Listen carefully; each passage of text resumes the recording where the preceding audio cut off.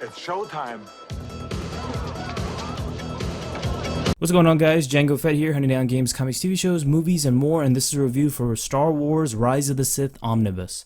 The first of hopefully many of the Star Wars Omnibus comic reviews, where I go through each story of each omnibus book, discuss them without too many spoilers, then give my thoughts. So let me read the summary. This is the time of the Republic, served by the Jedi Order, whose knights are agents of justice. The many worlds of the Republic have experienced nearly a millennia of peace, but the long tranquility has led to a false sense of security. Within the Senate, the seeds of corruption have taken root, fed by the greed of those who are manipulating the system and sowing resentment among those being exploited. The Jedi's resources are stretched thin in the pursuit of their duty, yet none sense the presence of a calculating mind behind the growing discontent.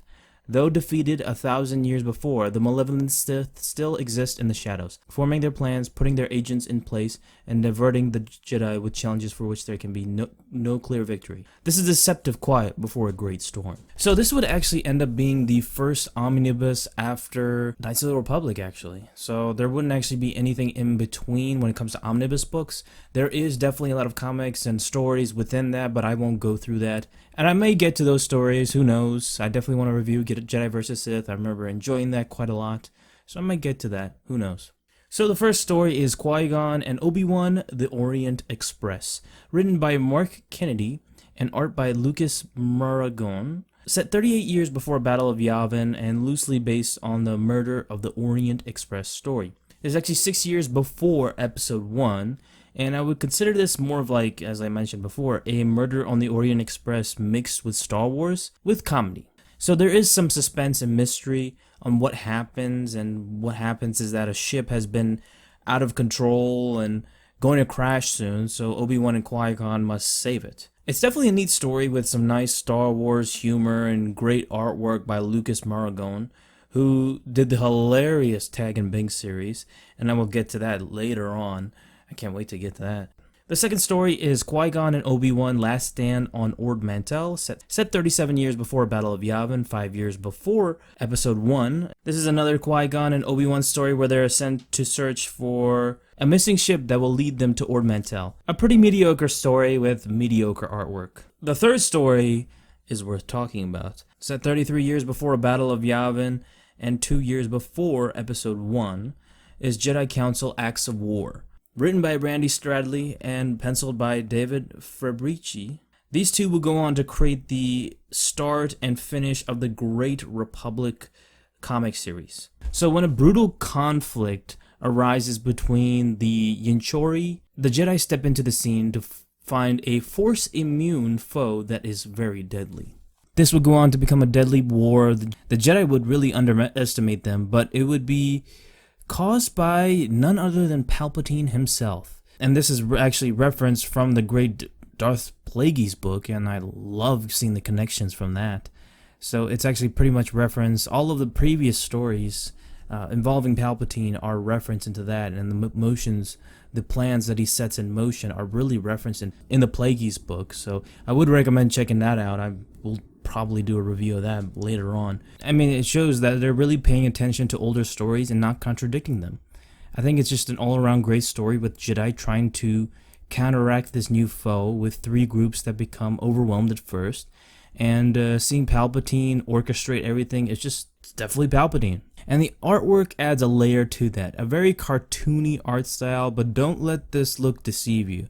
It can be bloody and violent at times too. I just really like the color palette too. It's bright and vibrant and really feels like a unique Star Wars tale. David would go on to craft many comic stories down the road, and this story is definitely the highlight of this whole book.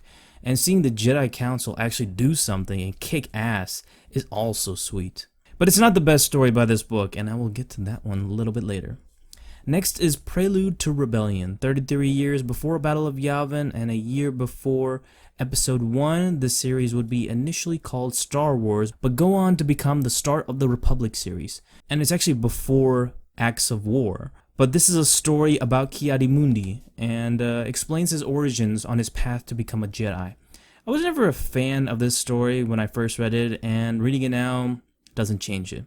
I found it extremely cookie cutter and pretty boring, and the artwork doesn't help. It belongs in a throwaway 90s comic story. And there is a follow-up story called War of Justice also being done, but it's nothing special. It's neat to have a story on Ki-Adi-Mundi, but him of all people to start this whole Republic series? Kind of weird. And I forgot to mention this short story, but Aurora Song. This was part of the Dark Horse Presents annual comic from the year 2000. Aurora Singh is a character featured very briefly in Star Wars Episode 1, and would go on to have many stories featuring her in the expanded universe. And weirdly enough, this story was originally black and white and printed in color in this omnibus. So the story is about who Aurora Song is, and it's just an exposition fest on who she is. I honestly found this story misplaced here when it should be in Menace Revealed, to be honest. She's on the front cover and there would be 2 stories written solely on her. So I think it would have been made more sense to put it in that than in here, because it's just like you see all these other stories and you see this one. It doesn't make sense. And lastly, the best story in this whole omnibus by far, Darth Maul. Written by Ron Mars and penciled by Jane Durisma. Yes, Jane, who is done incredible works with her comics, and I just love her art style, very bold and macho-esque. And it's set 6 months before Episode 1. The story is about Darth Maul's mission to destroy the criminal organization called Black Sun, as they are a threat to Palpatine's plans. And if you want to see Darth Maul just own it, look no further than this comic. Maul just decimates the Black Sun, and it's just so beautiful. And Maul's murdering of the Vigos, or the members of Black Sun, is referenced in Episode 3 novel, Darth Maul books, and Darth Plagueis. And weirdly enough, one of the bodyguards resembles Quinlan Vos, a character featured very briefly in Episode 1, elaborated a lot more in John Ostrander and Jane Durisma's stories. So what are my overall thoughts? It's hit and miss. The Orient Express was neat, Jedi Council was great, and Darth Maul was great, but everything else was forgettable. So 50-50 for this book. So my final rating for Star Wars Omnibus Rise of the Sith gets a...